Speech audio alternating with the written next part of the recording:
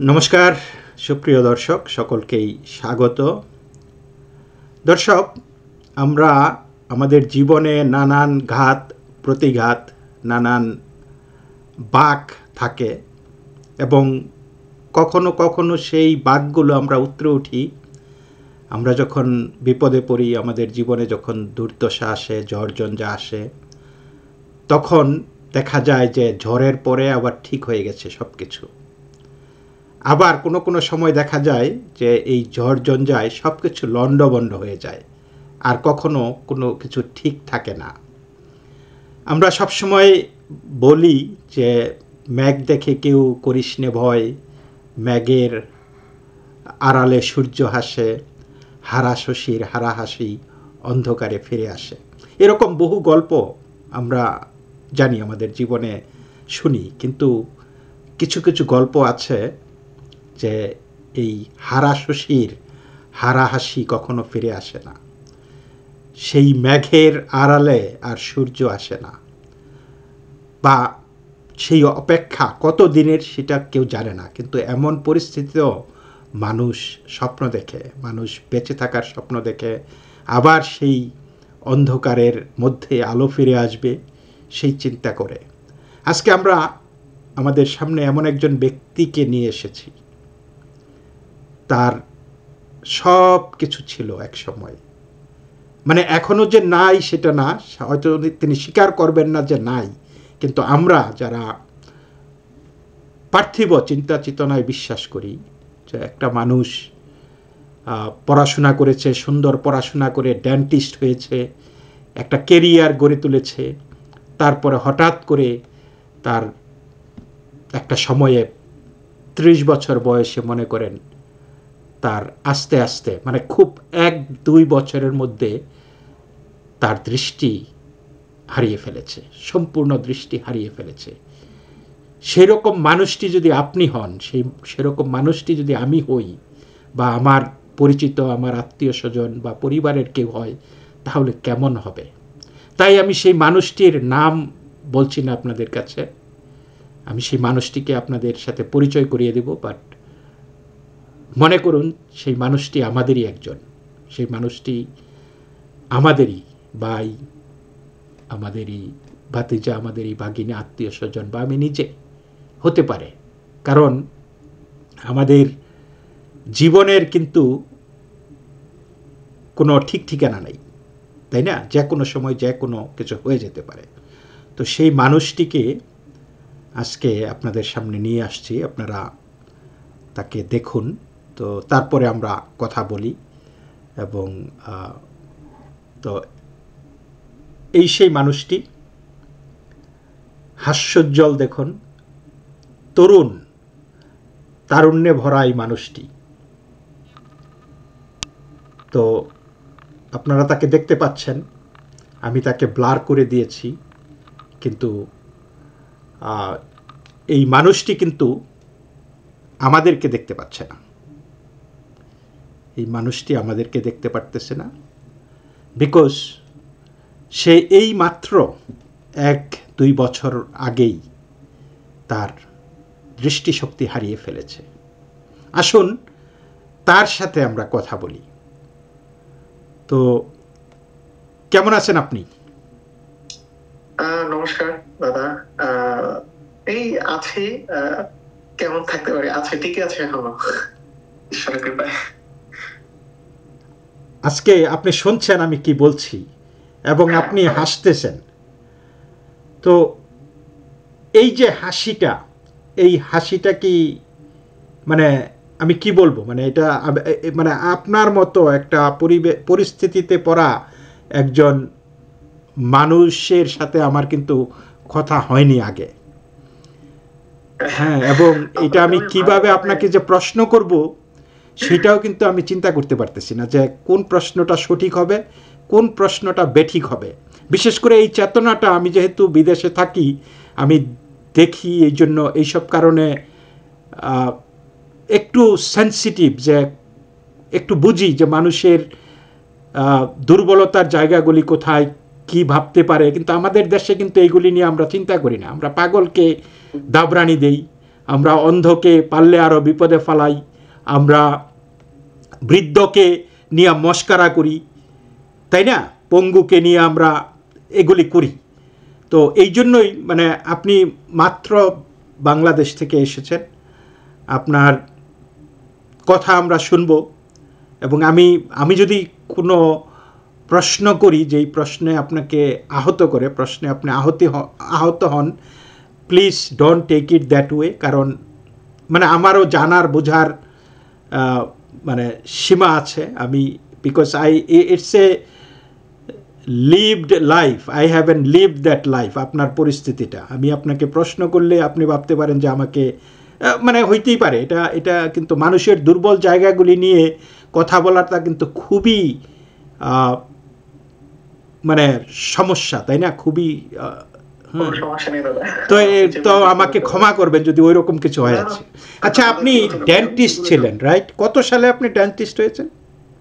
আমি 2014 সালের জুলাই মাসে বের হয়েছি। আমার ফেব্রুয়ারি মাসে পরীক্ষা দিয়েছি, জুলাই আমাদের রেজাল্ট পাবলিশ হয়েছে। তাহলে আচ্ছা, আপনি আপনার বয়স কত এখন?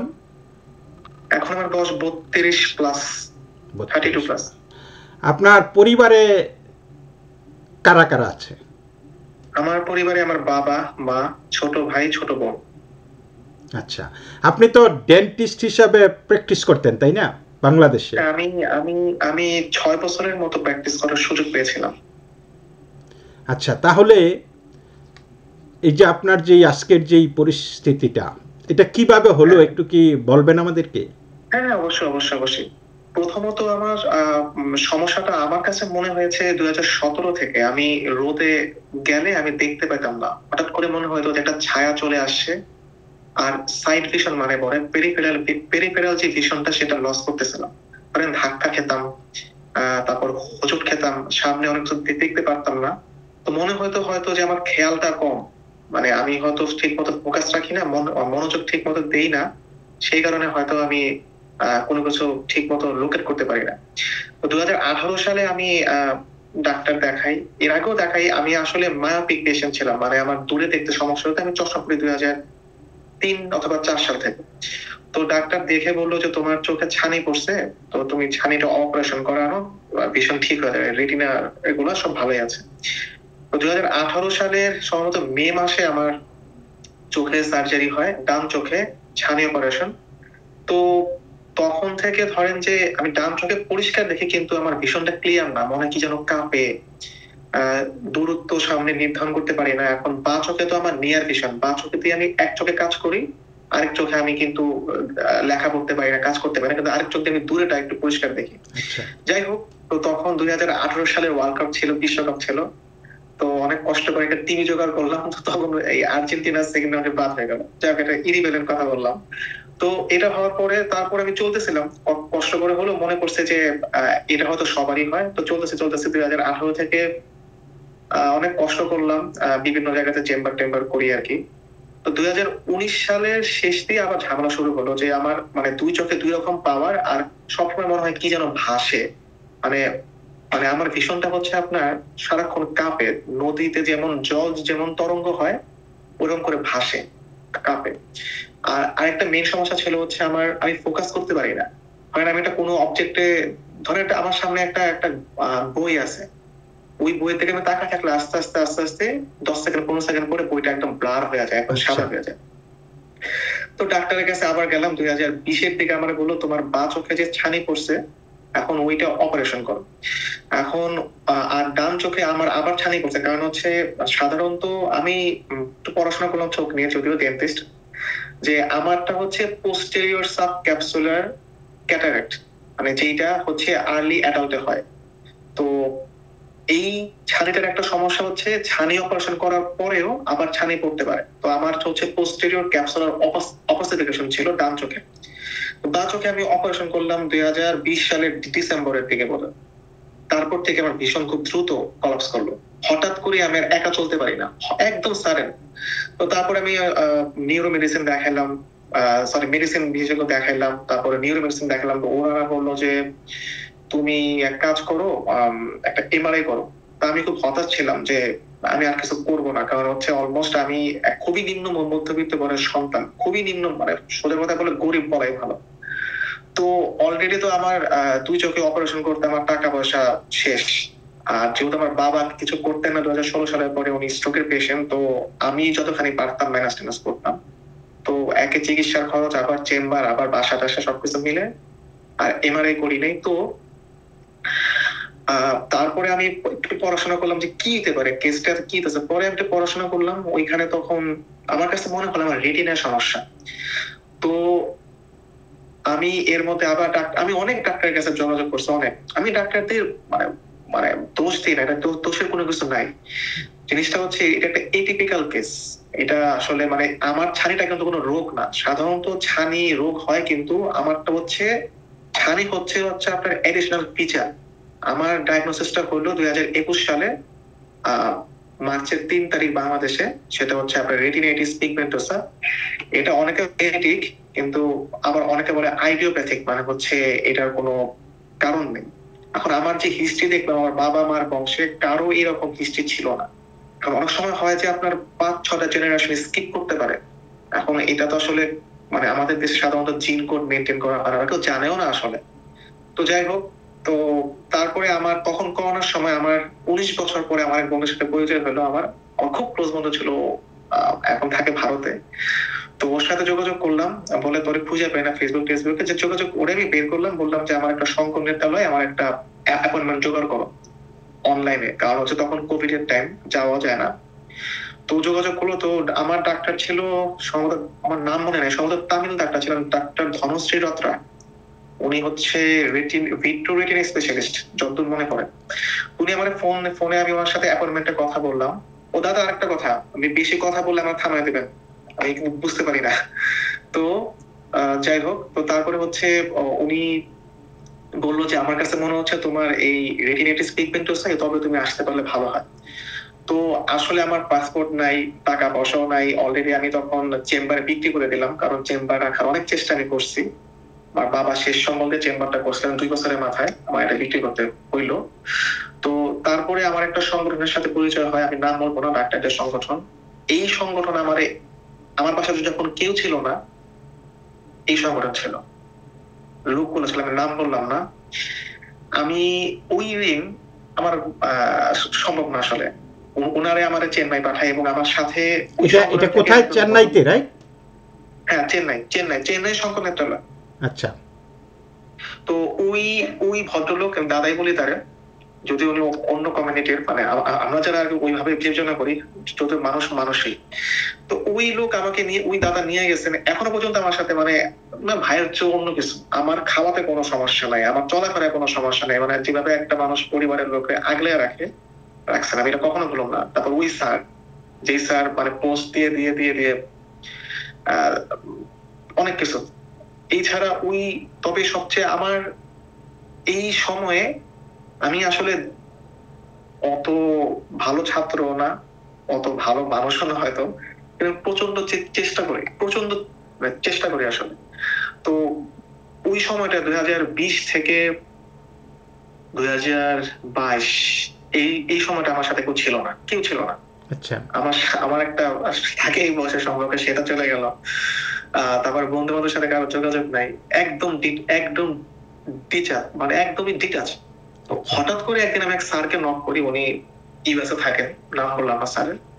তো ওনারে বললাম একটা ছেলের এরকম সমস্যা, আমি আমার নাম বলি নাই, যে আপনি তো ওইখানে থাকেন, ওই দেশের কোনো এনজিও বা কোনো ইয়েতে আপনি কোনো চাকরি বাকরির ব্যবস্থা করতে পারেন কিনা। অনেক জোরে পরে বললাম স্যার আমি। পরে উনি ফোন দিলেন, ওই স্যার পরে ওই সংগঠনের সাথে উনি পরিচয় করে দিছিলেন, এবং উনি কোভিড এর সময় ওনার বাবা আমার শরীর খারাপ দেখতে আসছিলেন। উনি আমাকে দেখে গেছেন, উনি আর কারোর সাথে দেখা করেন না। উনি আমার বাসার ঠিকানা আমি বলছিলাম, উনি নিজে খুঁজে বের করে গেছেন। স্যারের সাথে এখন আমার অত যোগাযোগ নাই, কিন্তু ওইটা আমি কখনোই ভুলবো না। আমি তখন আমার কথা বলার লোক নাই। তো ওই মানুষটা আমার বলছে যে তুমি যখন তেমন যাবে তুমি আমার হোয়াটসঅ্যাপে লিখো। উনি আমাকে একটা সংস্কৃতের শ্লোক পাঠাইছিলেন, যদিও উনি চাণক্য, যদিও উনি অন্য কমিউনিটি আমরা যেভাবে বলি আর কি, ওইখানে বলছিল অন্য কমিউনিটি মানে মুসলিম, এখানে হিন্দু মুসলিমের বিষয় না।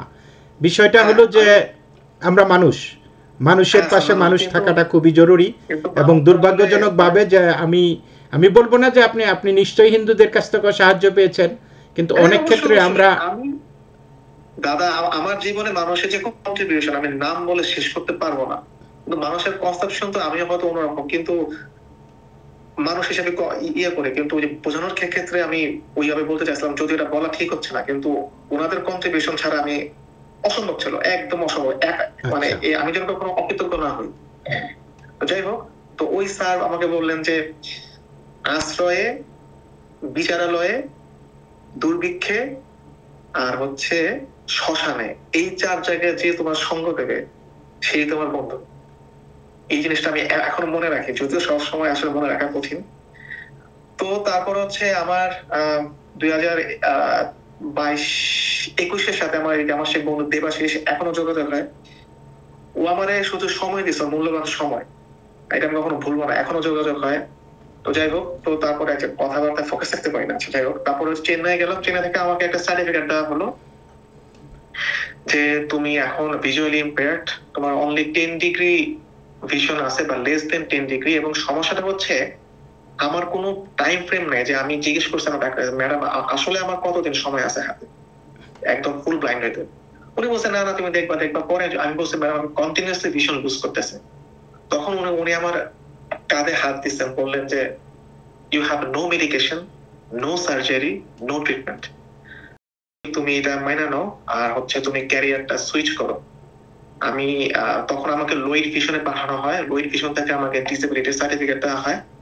বলে যে ইন্ডিয়াতে আসলে অনেক কর্মসংস্থানের ব্যবস্থা আছে, কিন্তু তুমি তো বাংলাদেশি, তুমি এই সার্টিফিকেটটা দেখায়া তোমার দেশে একটা সার্টিফিকেট নাও, নিয়ে তুমি এইটার থ্রুতে অ্যাপ্লাই করো।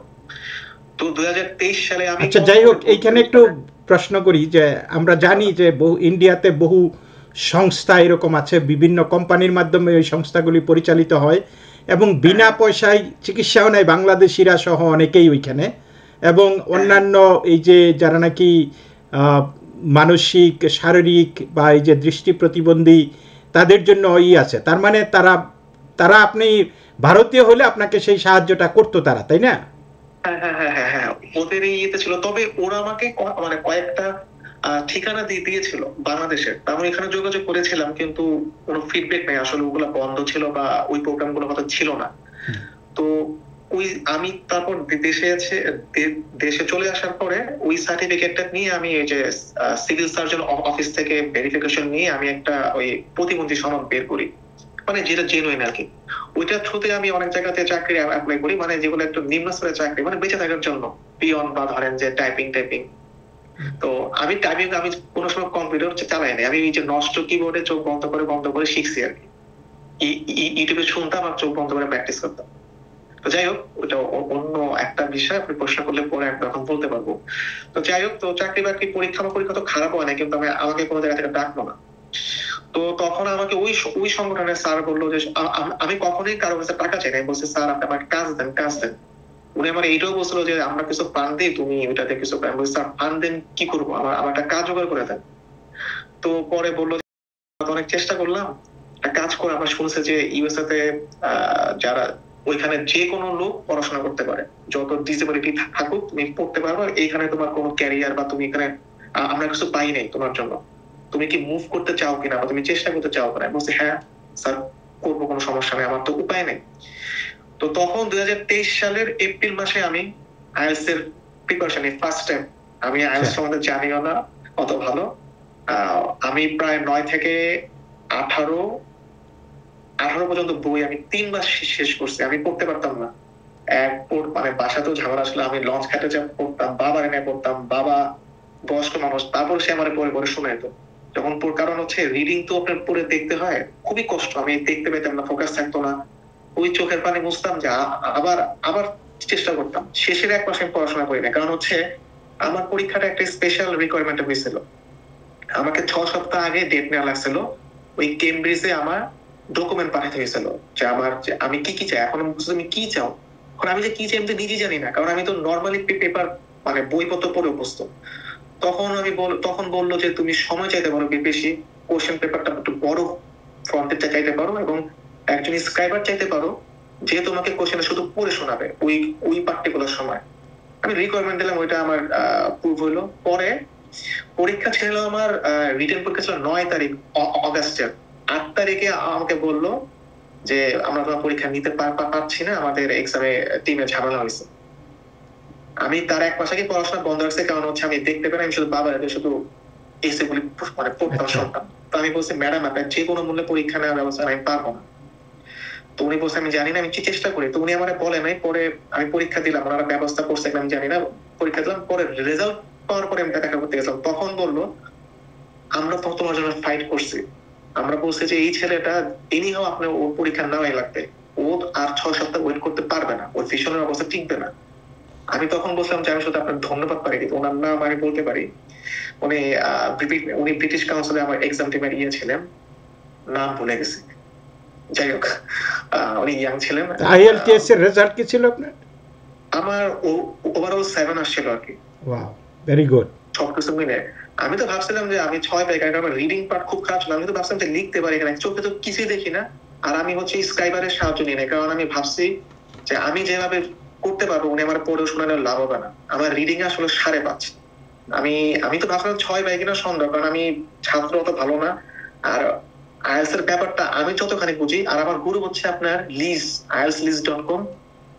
আমি ওই ব্রিটিশ টিচার আমার, আমি মেনলি ওনারই ফলো করছি ইউটিউবে। ওনার কাছে আমি কৃতজ্ঞ। আমি জানি না উনি আমার চিনবেন কিনা, চেনার কোনো কথা নাই। আমি ওনার ভিডিও শুনতাম, কারণ ওয়েবসাইটে আমি পড়তে পারতাম না, ভিডিও শুনতাম, ওইভাবে চেষ্টা করতাম। তো হচ্ছে আচ্ছা, তো হচ্ছে আমার রেজাল্ট পাবলিশ হয় যেদিন আর কি ওই যে ভারত মঙ্গলে ওদের ওই যে স্পেস পাঠায়, ওই দিন 4:11 ভারত ওই চন্দ্রযান মঙ্গলে করছিল।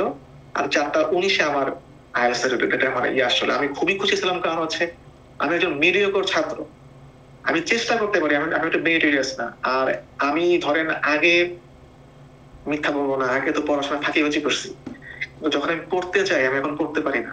আমি 2021 সালে লাস্ট আমি মনে হয় ঘরে বাইরে উপন্যাসটা পড়ার চেষ্টা করছিলাম, এরপরে পারিনি। একটা বই কিনছিলাম রবীন্দ্রনাথের, 4টা উপন্যাস পড়তে পারছিলাম, নৌকাডুবিটা পড়া সৌভাগ্য হয়েছিল। যাই হোক, এর আগে আমি কমিক্স পড়তাম, আমার গল্পের বই পড়তে একটা ফ্যাসিনেশন ছিল। যাই হোক, তো ওইটার পার্ট চলে। এখন আমি ভাবছি আমার কাজ শেষ, এখন বাকি কাজ স্যারেরা করবে। এখন তো প্রসিডিউর স্যারেরা বলে এখন ওয়েস্ট করো, ওয়ার্ল্ড এডুকেশন সার্ভিস, এটা কিছুই জানি না। বাবার নিয়ে প্রতিদিন ঢাকা ভার্সিটির রেজিস্টার ভবনে পড়ে থাকতাম, তথ্য নিতাম। এই লোক আমার বাবা,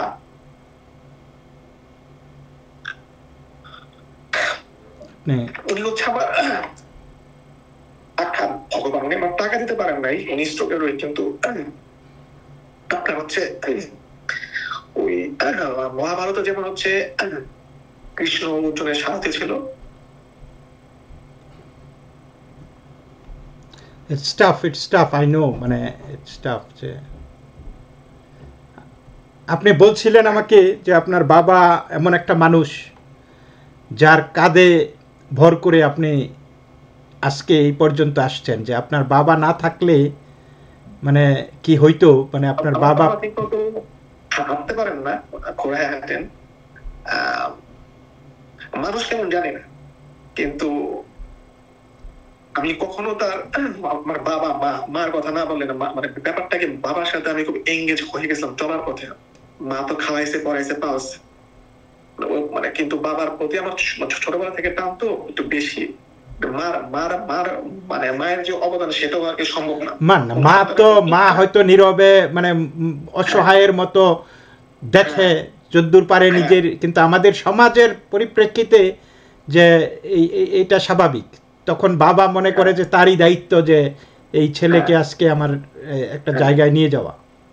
হ্যাঁ, তো আমি আসলে চলছি মানে ডোনেশনে, কিন্তু বাবাও ধরেন যে মানে বাবার সাথে আমি আর কি মানে বাবা চায় কার কাছে, বাবা আমি ধরেন যে আমি নিজে মানে আমি নিজে না খাইলেও ওনারে বলতাম যে তুমি এটা খাও, উনি চাইতো না। ধরেন 10-20 টাকা যেটা পকেটে, আমি খালি পকেটে পাইতাম না, আমারও তো কোনো সামর্থ্য নেই। আমি সামনে যে কাজ পাইছি করছি, আমি কিন্তু একটা দিনের জন্য বসে থাকিনি, আমি তো সংসার চালাইছি যেমনি হোক। হালকা ডোনেশন ছিল, আমি নিজে যা পারছি টুকিটাকি যা পাইছি আমি তাই করছি কাজ। মানে আমার হাত পাততে ভালো লাগতো না, কিন্তু আর এই যে কথা বলতে আমার ভালো লাগতো না। পরিস্থিতি আমাকে শুধু কমিউনিকেট করতে বাধ্য করছে। আমি খুব মানে খুবই ধরেন যে চেনাশোনা লোক ছাড়া কথাবার্তা বলতে ইয়া লাগতো না, কিন্তু এখন ওই ব্যারিয়ারটা নাই, ওইটা প্রয়োজনে হয়তো ভাঙছে। তো যাই হোক দাদা, যেখানে ছিলাম, তো বাবা নিয়ে ঘুরতাম, ওয়েস্ট করলাম, ওয়েস্টার থাকা জিনিসপত্র নিজে নিজেই যা বুঝি ভুল করছি অনেক, কিন্তু আবার শিখছি। আমি প্রতিনিয়ত কোশ্চেন করতাম। তো ওয়েস্ট করলাম, ওয়েস্ট করার পরে এখন বলছে এখন ভার্সিটির জন্য অ্যাপ্লাই করো। তো আমি বলছি স্যার কোন সাবজেক্ট নেবো, এটা আপনি বের করেন। তো মানে নর্মালি পড়াশোনা করছে, কোন সাবজেক্ট পরে মাথায় আসলো পাবলিক হেলথ, যেহেতু আমার একটা হেলথ সেক্টরের হেলথ সাথে আমার সেক্টরের সম্পর্ক ডিগ্রি আছে, হ্যাঁ। হ্যাঁ হ্যাঁ হ্যাঁ, তখন এইটাই। কিন্তু দাদা আমার কেউ গাইড করে ছিল না, কেউ ছিল না। ওই স্যারের আমার প্রচন্ড হেল্প করছে, ওটা ছাড়া আমি পারতাম না। কারণ অনেকেই চেষ্টা করে, সুযোগ যদি আপনাকে কেউ না দেয় আপনি পারবেন না, ওই ওই পরিশ্রম হবে, ওই বৃথা। কিন্তু ধরেন যে সবাই তো কাজকর্ম থাকে, গাইডলাইন দেওয়ার কিছু অনেক ভাই ছিল, ওনার নাম বলি জহিন ভাই। উনি হচ্ছে কম্পিউটারের, কিন্তু ওনারে বলতাম ভাই আমার এসবিটা দেখে দেন, কয় ভাই আমি তো নিজেই বুঝি না। তারপর উনি হেল্প করছে যতদূর পারছে, বুঝে না, উনি অন্য ব্যাকগ্রাউন্ডে, আমি অন্য ব্যাকগ্রাউন্ডের।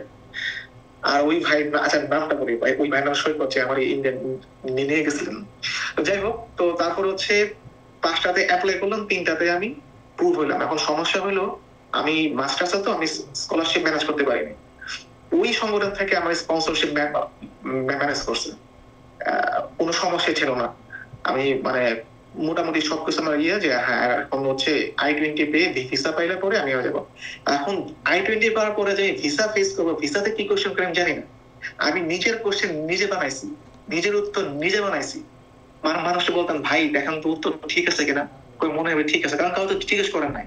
আরেকজন ম্যাডামের নাম না বললে নয়, প্রফেসর হালিদা হানুম আক্তার ম্যাম, সে বিদেশি বছরের ভদ্র মহিলা, আমার আগলায় রাখছিল যখন সবগুলা পথ প্রায় বন্ধ হয়ে গেছে ওই সরকার পতনের পরে। সুযোগ তুমি পারবা, তুমি হাল ছাড়ো না।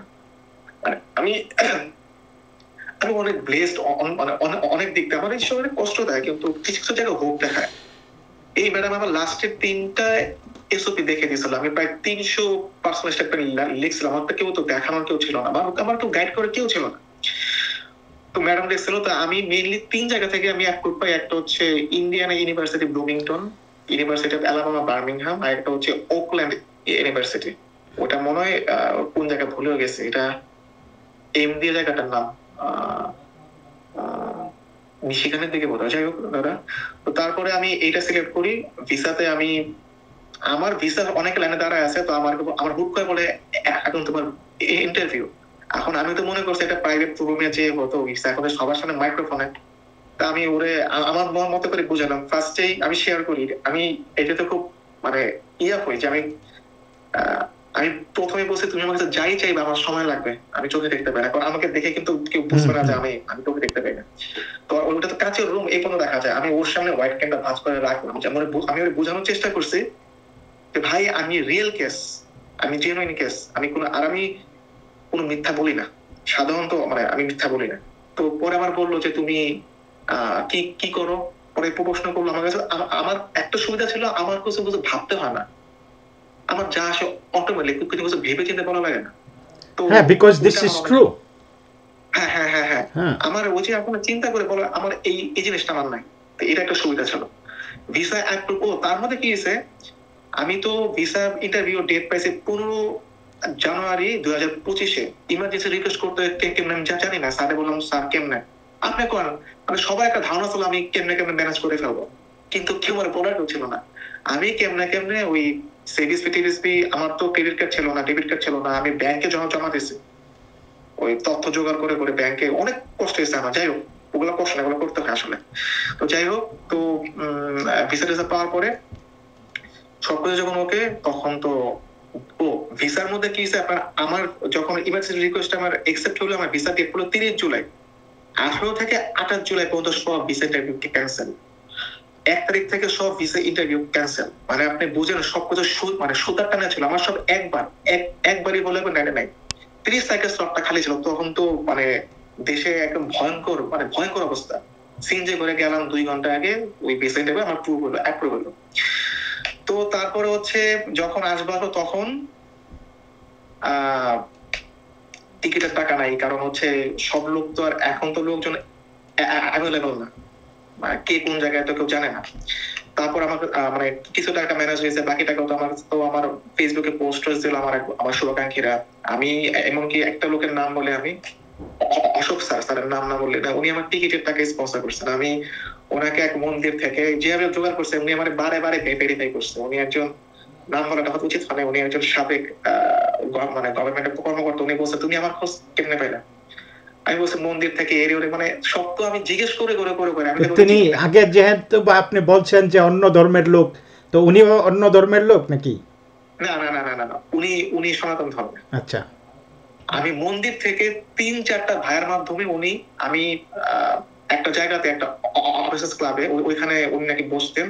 আমি র্যান্ডমলি, আমার বাসা অনেক দূর, আমার বাসা সেই সদরঘাট, আমি যাইতাম শান্তি পাবো। আমি উনি কৃতজ্ঞ এই কারণে, কিন্তু উনি আমার ভেরিফাই করছে। উনি তো একটা পাওয়ারফুল জায়গা ছিল, মানে যদিও এক্স, তো উনি ভেরিফাই করছে আমি সত্যি কিনা। পরে একদিন হঠাৎ আমার ডাকছে যে তুমি এই জায়গায় আসো। আমি এটাকে 3বার দেখা করছি যে আমি তোমাকে ক্যাশ দিব না। ঠিক আছে, আপনি টিকিটে কন্ট্রিবিউশন করেন। আমি বলছি তুমি কত চাও? আমি বলছি স্যার আমার তো চাওয়ার শেষ নাই, আপনি আপনার ম্যাক্সিমাম যে এফোর্ট সেটা দেবেন। পরে উনি আমার টিকিটের প্রায় 70% টাকা উনি বেয়ার করছেন, উনি টিকিটই কন্ট্রিবিউট করছেন। এবং আমি আগে চাইতে পারতাম না। আমি উপনিষদ শোনার প্র্যাকটিস করি। তো তারপরে আমার খুব প্রিয়, আমার অনেক ইম্প্যাক্ট ফেলছে স্বামী স্বরূপানন্দ রামকৃষ্ণ মিশনের, উনি বেতন সোসাইটির হেড সভাপতি নিউ ইয়র্কের। আমি শুনতাম বাংলাদেশ থাকতে। হুট করে আমি অত ধার্মিক মানুষটা কিন্তু ডিভোটি হইতে চাই। তো হচ্ছে ওইখানে উনি একটা লেকচারে বলছে যে please say what you want to say, don't be manipulative, don't be aggressive, be assertive, and the other person has the equal right to say you no. ওই জিনিসটা আমার ব্যারিয়ার ভাঙছে। আমি চাইতে পারি, আমার চার মধ্যে মিথ্যা বলুন না, এখন সে দিতেও পারে, না বলতে পারে। এইটা যে আমার কি পরিমাণ আমার জীবনে মানে প্রভাব ফেলছে, আমি আপনার বলে বুঝায় আমি ইয়ে করতে পারবো না। তারপর না, বিশেষ করে এই জায়গাটাতে ধরেন আপনি একজন ডেন্টিস্ট ছিলেন, আপনি একজন কর্মঠ মানুষ, স্বাবলম্বী মানুষ, আপনার জন্য সেই চাওয়াটা যে কত কঠিন হইতে পারে এটা কিন্তু এটা মানে আমার জীবনেও মানে আপনার পরিস্থিতিতে পড়ি নাই আমি সেইভাবে বলবো না, বাট পারিবারিক ক্রাইসিস ছিল, কিন্তু সেই সময়ে মানে আমার মানে অসুস্থতা আর কি, পারিবারিক অসুস্থতা, আমি আমার টাকা পয়সার কোনো অসুবিধা ছিল না, কিন্তু তখন আমার মানুষের কাছে কথা বলা, যে মানুষ যদি ভাবে যে করুন যে ও এখন ওনার একটু বিপদ, উনি বোধহয় আমার কাছে সাহায্য চাইবে, বা মানে এই জায়গাটা আমি খুবই একটু মানে আমি অসহায় ছিলাম না, কিন্তু তারপরও গার্ডেড ছিলাম যে মানুষকে যদি মানুষের কাছে যদি আমার কথাগুলি বলি, একটু সহানুভূতি চাই, হয়তো তারা ভাববে যে আমি বোধহয় সাহায্য চাচ্ছি। তো এখন আপনার যে জায়গাটা আমি বুঝতেছি যে you are like really helpless, হ্যাঁ, কিন্তু তারপরও আপনি প্রাইড তো সবারই আছে যে আমি তো এরকম ছিলাম না, তাই না? আরেকজনের কথা না বললেন, আমি স্যার মানে উনি আমার মেডিকেলের, আমার মানে আমি যখন ট্রেনিং করি উনি আমার সুপারভাইজার ছিলেন। ওই স্যার মিরপুরে ঢাকা ডেন্টাল কলেজের প্রফেসর সহকারী, উনি মিরপুর থেকে আমাকে দেখতে আসছেন কয়েকবার, উনি আমার সাহায্য করছেন। আমি সব দেখতে আসছেন মানে আমি বললাম উনিও মুসলমান, কিন্তু ওনার মানে আমি কি বলবো দাদা, আসলে মানে একজন মানুষ, আমি স্যার নাই বলে একজন মানুষ মিরপুর থেকে বাইকে করে সেই শহরটা আসছে কয়েকবার, দেখা যেত আমার সুদীপ কেমন আছে, আমার কোনো সময় সিম্পি থেকে কোনো কিছু বলে না, দেখতে আসতো, 3-4 বার আসছে। এমনকি উনিও আমার একটা বড় অ্যামাউন্টের টাকা দিয়ে গেছে, বলছে যে এইটা আমার বোন ব্যাংকে চাকরি করে, তার কলিগ 50,000 টাকার মতো বলছে, মানে তুমি এটা খরচ করো, এটা তুমি এইখানে তোমার কোনো কিছু নাই, দেখো যদি তুমি ওইখানে কিছু করতে পারবে, তুমি তো খুবই চেষ্টা করতেছো মানে। তো স্যার অ্যাকচুয়ালি গণার মধ্যে আমি দেখছিলাম যে 51,000 টাকা ছিল। বলছে স্যার ফোন দিয়েছে, স্যার 1,000 টাকা বাদ দিয়ে আপনি দিয়েছেন, বলছে তুমি রাখো। এই টাকাটা আমার খাবারের টাকা ছিল না, ওই টাকাটা আমার কাজে লাগছে। মানে এটা সিম্পথি না, জাস্ট বললাম আর কি, মানে আমি কোনো সময় না খেয়ে থাকি নাই, কোনোভাবেও ঈশ্বর ম্যানেজ করছে। কিন্তু কে বলেন চায় মানে আমি কারো কাছে টাকা মানে টাকা চাইনি সিন্স 2024। আমি সবার কাছে কাজ চাইছি, আমার হয়ে ওই সংগঠন ইয়াতে বলছে, কিন্তু 2024 সালে আমি নিজে টাকা চাইছি যে আমার এবার আমার যাওয়া লাগবে, যে নেই হোক, আমি 3 বছর শ্রম দিয়েছি, আমার যাওয়া লাগবে, এইবার আমার 2024 সালে মিলে আমি টাকার জন্য নামছে, বিভিন্ন মন্দিরে, চেম্বারে, অনেক লোক, আমি কার নাম রেখে কার নাম বলি, যাই হোক। তারপরে হচ্ছে অনেক যুদ্ধ করে, মানে এত অনিশ্চয়তা, আমি এখানে বাসা ম্যানেজ করতে পারি নাই, আমি এয়ারবিএনবি দিয়ে 3 দিনের জন্য রুম বুক করছি। আচ্ছা, আমেরিকার আসার গল্পটা, আপনি আমেরিকাতে আসার গল্পটা মানে আসলেন পড়তে, তাই না? হ্যাঁ হ্যাঁ। তারপরে মানে কিভাবে আসলেন, মানে এয়ারপোর্টের থেকে কিভাবে কি হইলো? আচ্ছা আচ্ছা, এয়ারপোর্টে হচ্ছে আমি 23 তারিখে আমি রওনা হই, 24 তারিখ এইখানে মিয়ামিতে আমার পোর্ট অফ এন্ট্রি ছিল, তারপর ওইখান থেকে আলাবামা আসলাম। তো এইখানে বাংলাদেশ কমিউনিটি আমার ভার্সিটির দুইজন বড় ভাই আমাকে, বড় না আসলে, আমরা দেখলে মনে হয় আমার বয়স কম, ওনারা আমার ছোটই, 1 বছরের ছোট। তো ওনারা আমারে রিসিভ করে আমাকে ওই এয়ারবিএনবিতে আমি যেখানে ঠিকানা নিয়েছি সেখানে আমরা ড্রপ করছি। তো ওনাদের মাধ্যম থেকে আমি খোঁজ পেয়েছিলাম যে আমি যেখানে বর্তমানে আছি এখানে একটা রুম খালি হয়েছে, কিন্তু 7 তারিখের আগে, আমি জানুয়ারির 7 তারিখের আগে আমি উঠতে পারবো না। কিন্তু এয়ারবিএনবিতে আমার 27 তারিখ পর্যন্ত আমার, মানে 27 ডিসেম্বর পর্যন্ত আমার রুম না, মানে 24 তারিখ রাত থেকে 27 তারিখ সকালে। তো এর মধ্যে তো সবকিছু বন্ধ, তখন তো আপনার ক্রিসমাসের ছুটি। তো আমি কমিউনিকেশন করতে করতে বের করলাম যে 26 তারিখে যদি আমি পে অর্ডার করতে পারি তাইলে আমি উঠতে পারবো। আমি এটা জানতেই পারছি 26 তারিখে, অর্থাৎ 27 তারিখের 26 তারিখের মধ্যে আমার ইয়ে করতে হবে। এখন আমি ধরেন যে আমি চিনি না জানি না, 26 তারিখে আমি বের হইলাম, প্রচন্ড ঠান্ডা, তখন অ্যালাবামাতে বৃষ্টি, আমি কৃষ্ণর নাম নিয়ে এই চোখ মুছতে মুছতে পারি এলাম, কিছু চিনি না। পরে হাঁটতে হাঁটতে একটা বাস থামলো, আমি বললাম যে তুমি কি আমার বলতে পারো এটা কোথায়? পরে ঠিক আছে আমি গাড়িতে ওঠে, বললাম কত টাকা দেওয়া লাগবে? বলছে টাকা লাগবে না। নামলাম, পরে হাতে দিয়ে কোন ডিরেকশন দিল আমি চিনতে পারলাম না, আমি চোখে দেখি না, এবং কে কাউরে যে জিজ্ঞেস করবো কেউ নাই।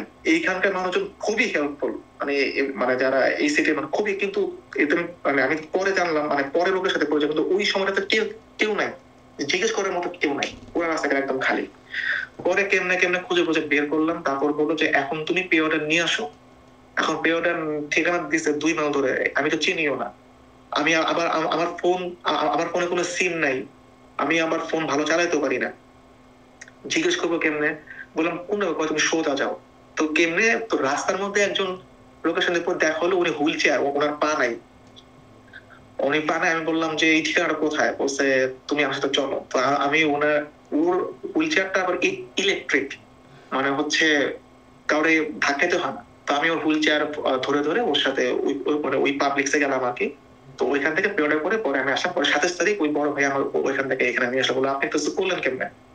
আমি বলি আমার করা লাগছে, আমার উপায় ছিল না, আমার কোনো উপায় ছিল না। আমার বলতেন আমি আপনার ফোনে, সবাই তো কাজ করতে, আমি ফোনে ট্রাই করছি, কিন্তু আমি ভাবছি যদি আপনার না পাই আমার তো সময় চলে যাচ্ছে। তো পরে বললো যে কি বলবো, মানে খুব অবাকই হয়েছে, কিন্তু এইখানে আশ্চর্যের কোনো কিছু নাই যে বাবা তুমি এই কাজ করে ফেললা কেমন? প্রয়োজন মানুষের অনেক, সেটাই আপনাকে মহারাজ একটা গল্প বলছিলেন যে যখন বাচ্চাদের যখন নাকি লেখাপড়া শেখানো হয় তখন বলে এই হাত তোলো, তো সবাই হাত তোলে। তো যখন আবার বলে এবার সর্বোচ্চ যোগ্য শক্তি নিয়ে তোলো, তখন মানুষ শটান করে হাত তোলে। তো প্রথমত মানুষ এফোর্ট দেয়, কিন্তু একটু অবশিষ্ট থাকে, যখন দেয়ালে পিঠ থেকে যায় তখন মানুষ ফুল বাউন্স ব্যাক করে, আর তো উপায় নাই।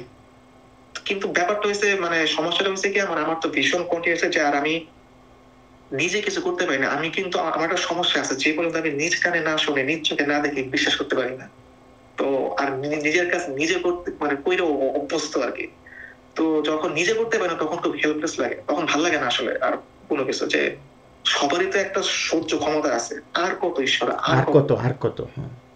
তো রামকৃষ্ণ দেবের ওই কথাটা আমি আপনারে, যে সয় সে রয়, যে না সয় তার নাশ হয়। কিন্তু সবসময় কি আর কাজ করে দাদা?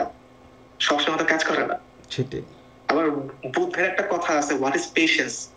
Patience means let it come, let it be, let it go. এইটা আমার শান্তি দিয়েছিল আমার দেশে, কারণ আমি বছর মরেই তো যাবো কয়েকদিন পরে, শান্তি নিয়ে বাঁচি, যা হবার হবে। কিন্তু আবার পেশেন্সের আর একটা ব্যাখ্যা নাকি লর্ড বুদ্ধা বলছেন, আমি ওই লেকচার থেকে জানছি, patience means don't admit defeat.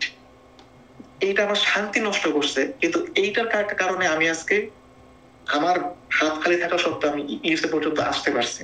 এই জায়গাটায় আমি আছে। প্রচন্ড চেষ্টা করছি, প্রচন্ড। আমি আমি এটুকু বলতে পারি, হ্যাঁ প্রত্যেকের জীবনে স্ট্রাগল আছে দাদা, প্রত্যেকের স্ট্রাগল প্রত্যেকের মতো সবারটা কঠিন, কিন্তু আমি এটা বলতে পারি এত অনিশ্চয়তা নিয়ে, এত অবস্টাকেল নিয়ে খুব কম মানুষ।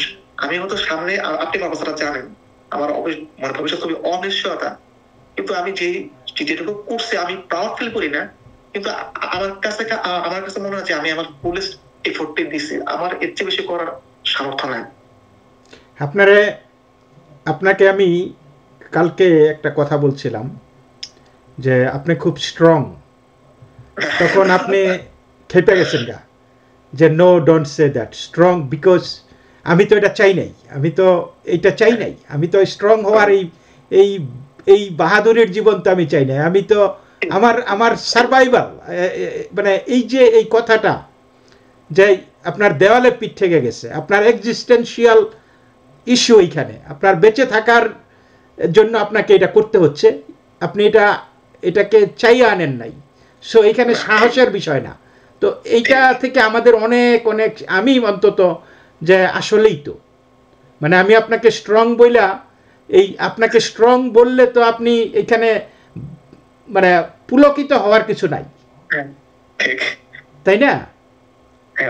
আপনাকে আমি স্ট্রং বললাম, পারসিভিয়ার বললাম, আপনি ফেইলিউরের সাথে মানে ডিফিটকে মানেন না, কত কিছু বলতে পারি যেই সমস্ত কথা শুনলে আমি গদগদ ফিল করতাম, কিন্তু সেই ধরনের কথা কি আপনাকে স্বস্তি দেয়? আমার আমার একটা আফসোস, অনেকে মনে করে যে আমি বুঝি ফ্রডগিরি করছি। দাদা বিশ্বাস করেন, আমি এখন পর্যন্ত কোনো ফ্রডগিরি করিনি, কিচ্ছু না, আমি কোনো সময় মিথ্যা বলি না। আমি আমি আমি এটুকু বলতে পারি, যখন কেউ ফ্রড, মানে আমার একজন একবার বলছিল, আমার তখন চোখটা পানি বেরিয়েছিল, যে ভাই তুমি আমার যাই বলো, আমার ফ্রড বলিও না, আমি ফ্রড না। আমি আমি যেই রকম জিনিস পার করেছি, হ্যাঁ মানুষ এর চেয়ে অনেক কঠিন জিনিস করে। আমার স্টোরিটা হচ্ছে অনেকের কাছে হইতে পারে একটা গল্প, আমি সবার স্টোরি সবার গল্প, কিন্তু ওই যে আমরা অনেকে ছবি দেখি না, একটা ছবি দেখছিলাম মাসনে শ্রীকান্ত, তো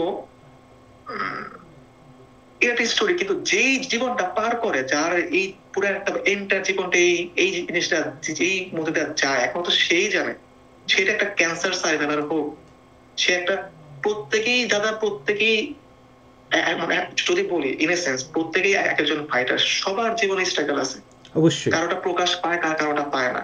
এই যে এক্সিস্টেন্স, এই বাইচে আছি লড়াই করে, এটাই অনেক। এই যে অনেকে বলে সুইসাইড খারাপ, এই যে আমি বলি ভাই সুইসাইড খারাপ করবে, এটা সবার তো থ্রেশহোল্ড পয়েন্ট এক না, আমি এনকারেজ করি না, কিন্তু এটা করছে মানে আমরা যে মানে একজনের জাজ করি, জাজ করা যাবে না। একটা মানুষ স্বেচ্ছায় কেউ ওই পর্যায়ে যায় না, কেউ যায় না, কেউ কিন্তু মরতে চায় না, যখন আর পারে না, আর সহ্যমতার বাইরে, তখন আমি এটা এনকারেজ করি না। কিন্তু যে আমরা যে জাজ করি, ও তো দেখলাম সমাধান না, তো সমাধান কি আমার বলা? কোনো কিছুর সমাধান না, এটা চয়েস। ওই গীতা একটা বলছিলাম যে জীবন হলো চয়েস, কিন্তু কেউ কিন্তু আমরা ইচ্ছা করে চয়েস করি, আমার চয়েসের মধ্যে পড়ে যেতে আমার কাছে মনে হয় না, আমি পড়ে গেছি দেখে হয়তো আমার, এই যে আপনার সাথে আমার পরিচয় হলো কয়দিন, একদিন বা 2 দিন, কোনো কালে কি আমি জানতাম যে আপনার সাথে পরিচয় হবে, কথা হবে, বা আপনার মানে আপনি আমার সময় দেবেন, এটা মিলাইছে, ঠিক আছে। এই আর কোনো কিছুই আমি মনে করি না, কোনো কিছু গ্র্যান্টেড ধরার কোনো কারণ নেই। আমি যে আপনার সাথে কথা বলতেছি, এটা একটা ব্লেসিংস। আমার কাছে মনে হয় যে সময় পৃথিবীর সবচেয়ে গুরুত্বপূর্ণ জিনিস। আপনি আপনি আমার টাকা দিয়ে সাহায্য করতে পারেন, অর্থ দিয়ে সাহায্য করতে পারেন, সম্পত্তি দিতে পারেন, কিন্তু সময় কিন্তু, ধরেন যে আপনি আমার কাছে টাকা ধার দিলেন, আমি কোনো সময় টাকাটা আপনার ফেরত দিতে পারলাম বা তারও বেশি, যেই সময় যেই পরিস্থিতিতে আপনি আমার টাকাটা দিলেন, ওই সময়টা আমি পারবো সময় ফেরত দিতে? কোনোভাবে সম্ভব না। এই যে আপনি আমার সাথে কথা বলতেছেন, আপনি ইচ্ছা করছেন বিধায় কিন্তু কথা বলতেছেন, জোর করে কিন্তু আপনি কতক্ষণ কথা টানতে পারবেন? 2 মিনিট, 4 মিনিট, 5 মিনিট। যদি আপনার ইচ্ছা না থাকে, আপনি কিন্তু আমার জন্য সময় ব্যয় করবেন না। আমরা সহজে অনেক কিছু মনে করি গ্র্যান্টেড, না কোনো কিছু গ্র্যান্টেড না, না, না, কোনো কিছুই গ্রান্টেড না, নাথিং। এই যে আমরা যারা ভালো আছি মনে করি, সুখে শান্তিতে পরিবার পরিজন নিয়ে সব কিছু নিয়ে আমাদের সব আছে, আপনারও সব কিছু ছিল এবং আছে, হ্যাঁ, কিন্তু আপনার এই মুহূর্তে মানে অনেক জীবনের অনেক কিছুই মূল্যবান, কিন্তু কোনটা সবচাইতে বেশি মূল্যবান, যখন যে সেই ব্যক্তি যেটা হারায় সেটা তখন বোঝা যায় যে কোনটা বেশি মূল্যবান। মানে লিভড এক্সপেরিয়েন্স, যেই আপনি you are living an experience, সেই জায়গাটা থেকে আপনি বুঝতে পারতেছেন যে ইয়েস, আমরা একটা দুইটা জিনিসকে মূল্যবান মনে করে ওটার পিছনে ছুটি, কিন্তু কত কিছু যে মূল্যবান জীবনে সেইটা আমরা অনুধাবন করি না। এই যে আপনার সব আছে, একটা জিনিসের কারণে সব কিছু তুচ্ছ হয়ে যাচ্ছে, বিকজ এবং এমন একটা জিনিস যে আপনার পক্ষে মানায় নেওয়াটাও খুব কঠিন, because you saw this world, আপনি এই পৃথিবীর রূপ রস গন্ধ সব কিছু আপনি দেখেছেন, এবং and you are only like not even 30 years old, এবং আপনি সেই জিনিসটা আপনার কাছ থেকে ডপ করে নিবে গেল। মানে এইটা যে এই যে ফ্রাস্ট্রেশনটা যে হওয়ার কথা, মানুষ তো আপনি যে আছেন এই জন্যই বলি যে আপনি শক্তিশালী, যে আপনি যে এরপরও হাসতেছেন। দাদা এই হাসি হলে কাষ্ট হাসি, এটা হচ্ছে মানে বিষণ্ণতার হাসি। আমি কিন্তু দাদা, আমি যদি বলেন তুমি কি চাও, দাদা আমি শান্তি চাই। ঠিক আছে, মোটা ভাত কাপড়, শান্তি। আর যদি আমার একটু আশীর্বাদ করেন যেন আমি কখনো অকৃতজ্ঞ না হই, আর যেন যদি একটা মানুষের কাজে লাগে, আমার জীবন ধন্য। যদি আমার ওই সুযোগ নাই, যেমন আমাকে অনেক ডাক্তাররা নক করতো, মানে ওই যে মাস্টার্স প্রোগ্রাম নিয়ে আমার কাছে জানতে চাই ভাইগুলি কেমনে কেমনে করছেন, কেমনে কেমনে। আমি কিন্তু খুব খুব ভালো লাগতো যদি আমি কারোর যে কোনো ইনফরমেশন দিতে পারতাম, এবং আমার সাথে এখনো যোগাযোগ হয়। ওরা বলে ভাই আপনি তো, আমি তো দেখেন ভাই আমি এক্সপার্ট না, আমি তো ভালো জানি না, আমি শুধু আপনার আমার অভিজ্ঞতা শেয়ার করতে পারি, কারণ আমি ঠিকই করছে, যাই করছি, ভুল হয়েছে, ত্রুটি হয়েছে, আমার দেখানোর কেউ ছিল না। আমি শুধু আপনার অভিজ্ঞতা শেয়ার করতে পারি, আমার ম্যাটেরিয়াল গুলো আপনাকে শেয়ার করতে পারি। তো আমি একটা পোস্ট করছিলাম একটা ইয়েতে, নেক্সট অফ ইয়ের সাথে, ওইখানে সব মানে এত ওটা ছিল, মানে অনেক অনেক বড় পোস্ট, সব ধরনের ম্যাটেরিয়াল ছিল ওটার মধ্যে। তো ওরা আমার আমাকে নক করছে যে ভাই এটা কাজে লাগছে। আমার তখন খুব ভালো লাগছিল যে আমি তো সাধারণত কারো কাজে লাগার মতো এখন মানে ওই অবস্থায় নাই। আপনি জানেন না দাদা, আমার বাসায় শাঁখারি বাজার যখন থাকতাম, বানর আসতো, আমি যখন চোখে দেখি না তো আমিও খাইতাম, ওরও দিতাম, এটা গাজর হোক ছোলা হোক। আমার কাছে মনে হয় যে আমি অনেক, আমার পূর্বজন্মের জিনিসপত্র ভালো ছিল না, কিন্তু কিছু হয়তো ইয়া ছিল যে নাইলে আমার তো ঈশ্বর এখনো পর্যন্ত ভয়াবহ মানে ইয়েতে আছে, কিন্তু না খেলা তো রাখে নাই, খাওয়াইছে, কিছু না কিছু খেলা আমি জীবন পার করছি। অনিশ্চয়তা সামনের দিন কি হবে আমি জানি না, কিন্তু ঈশ্বর কখনই আমার পকেট একদম শূন্য রাখে নাই। 2 টাকা 5 টাকা বলে আমার পকেটে রাখছে। কিন্তু হ্যাঁ, মাঝে মাঝে এই জিনিসপত্র থাকে না। আমি দেখছি দাদা অনেকে কোনো চেষ্টা করে না, অটোমেটিক পেয়ে যায়। তখন এটা আমার জেলাসি হওয়া ঠিক না, আমার এমনি বৈশ্বিক হিসেবে এমনি আমার জিনিসপত্র দেওয়া কম, কিন্তু এটা খারাপ লাগে মাঝে মাঝে যে কত মানুষ জীবন শেষ করে ফেলে লড়াই করতে করতে, কিন্তু এটা সার্ভে করতে পারে না। আবার অনেক কাছে কোনো কিছুই করা লাগে না, সবকিছু মানে সবকিছু সেটা সোনার থালায় চলে আসতেছে। ওইটা একটু মাঝে মাঝে দুঃখ লাগে, কিন্তু ঠিক আছে দাদা, ঠিক আছে। আমেরিকাতে আপনার এখন কেমন জীবন কাটতেছে? আপনার কি লোকজন পাইছেন কাউকে যারা হেল্পফুল? আপনি যে বাংলাদেশের যাদের কথা বললেন যারা আপনার পাশে ছিল, এখানে কি কাউকে এরকম পেয়েছেন? এইখানে আমি পাইছি। এখানে সমস্যা হচ্ছে দাদা, আমার স্পন্সরশিপটা চলে গেছে ওই সরকার পতনের পরে। তো এর মধ্যে আমার রুমমেট 2 জন ছিল অপটিমেট্রি করে, ওদের আমি ভিসার ব্যাপার স্যাপার বলি নাই, ও জানে আমি ছাত্র, কিন্তু ওরা যে কি পরিমাণ হেল্পফুল, ও আমার চেনে না। এবং ওই একটা মেয়ে আছে, নাম হচ্ছে মালিয়া ম্যাকওয়ার্ড, আমার অনেক জুনিয়র হবে। ও আমার একদিন দেখে আমার কান্না করেছে, রাস্তার একদিন কি একটা হোয়াইট মেয়ে হঠাৎ করে আমার দাঁড়াইছে আমার সামনে। আমি রাস্তা দিয়ে হাঁটতেছি, ভার্সিটি থেকে একটা বাজে নিউজ পাওয়ার পরে আমি হাঁটতেছি, মনোক্ষণ লাঠি নিয়ে হাঁটতেছি পাশে ফেরার। বলছে আমি তোমার সাথে কথা বলতে পারি? হ্যাঁ বলো। তোমার কি মন খারাপ? বলছে হ্যাঁ মন খারাপ। কেন? আমি বলছি আমি পড়াশোনা করতে পারতেছি না, আমি এখানে পড়াশোনা করতে আসছিলাম, আমি আমার দেশে জীবন পার করে আসি, সমস্যার প্রতি আসি। পরে বলো তোমার চোখে কি হয়েছে বলো তো। বললাম যে এরকম। পরে ও আমার সামনে কাঁদলো, বললো যে আমি যদি তোমার সামনে 30 সেকেন্ড প্রার্থনা করি তুমি কিছু মনে করবা? বলছেন আমি কেন মনে করবো? ওরও আমার চেয়ে ও চোখ বন্ধ করে চোখের পানি করতেছে, আরো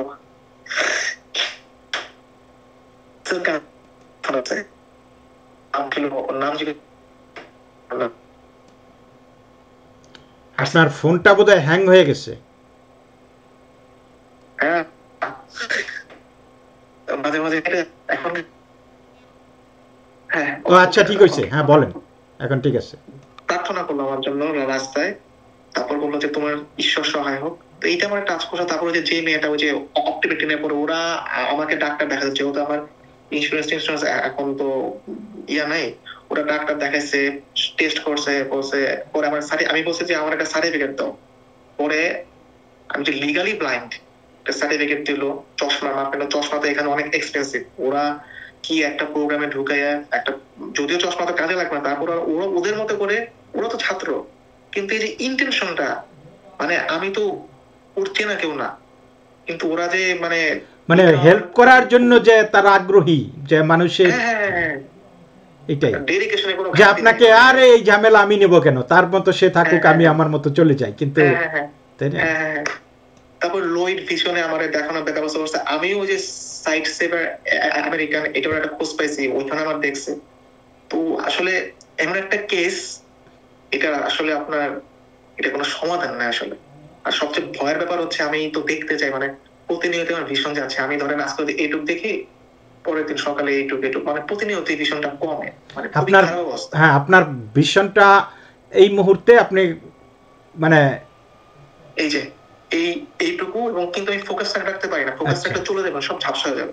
মানে আমি চোখের পলক ফেলতে হয়, ওই চোখের পলকের মধ্যে এইটুকুর মধ্যে যা পড়ে ওইটুকু আমি খানিক সময়ের জন্য দেখতে পাই। আচ্ছা, এবং এটা আপনার প্রতিদিনই কমতেছে? হ্যাঁ, প্রতিদিন না, প্রতি সেকেন্ডে। ও মাই গড, আমি ফিল করি।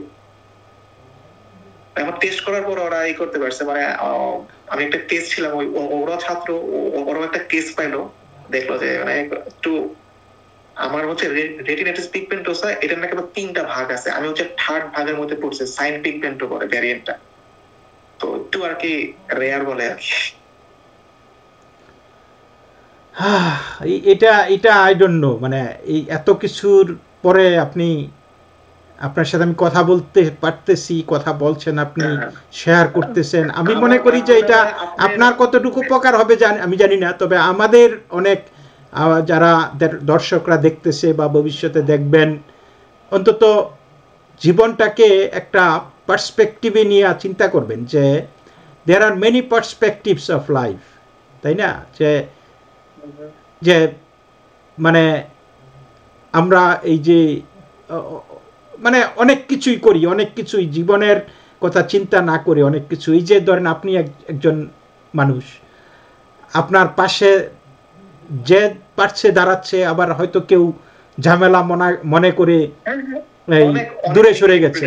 বিশেষ করে এই আমাদের বাংলাদেশে আমি দেখেছি বিভিন্ন সময় আমাদের এই সাহায্য সহযোগিতাগুলি আমরা যতটা না মুসলিম কমিউনিটি বা এই যে বিনদেশি কমিউনিটি থেকে পাই, আমাদের নিজেদের সোসাইটি, আমাদের সমাজ থেকে কিন্তু সেই রকম একটা সাড়া পাওয়া যায় না। এটাকে আপনি স্বীকার করবেন? আমি বলতে চাই না, আচ্ছা, যাই হোক, বুঝতে পারেন। হ্যাঁ, আমি এভাবে মানে সবারই দাদা, মানে ব্যাপারটা হচ্ছে আপনি চাইতে পারেন, কেউ দিবে না দিবে, কেউ করবে, এটা সম্পূর্ণ তার ব্যক্তিগত অধিকার, এইখানে কোনো সে নেই দাদা।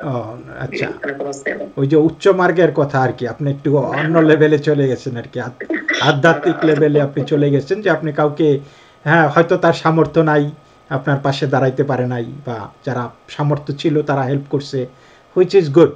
এটা এই ধরনের ভালো, ঠিক, অবশ্যই যে আপনি চাইতে পারেন, কিন্তু তার জন্য কোনো আশা করা উচিত হবে না। হ্যাঁ, কর্মফলের চিন্তা করো না, তোমার কাজ তুমি করো।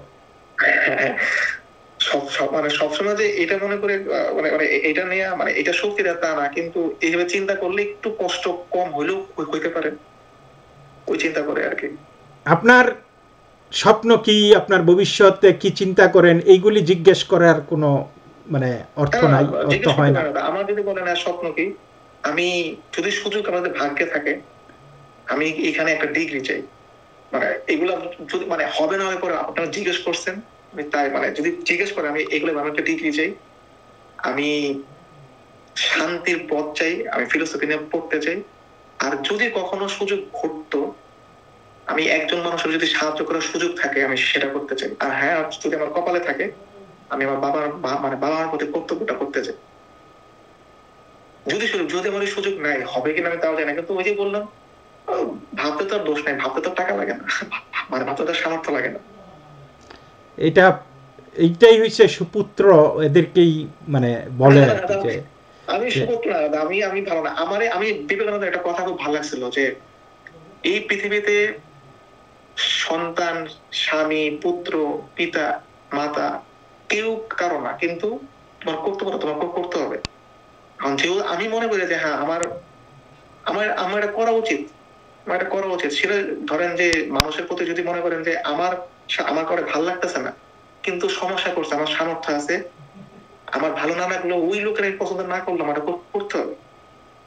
আমরা মনে করি কি দাদা, মানে আমি মানে এভাবে দেখি, ভালোবাসা থেকেও আমি মনে করি যে রেসপন্সিবিলিটি এটা মোর ভ্যালুয়েবল জিনিস।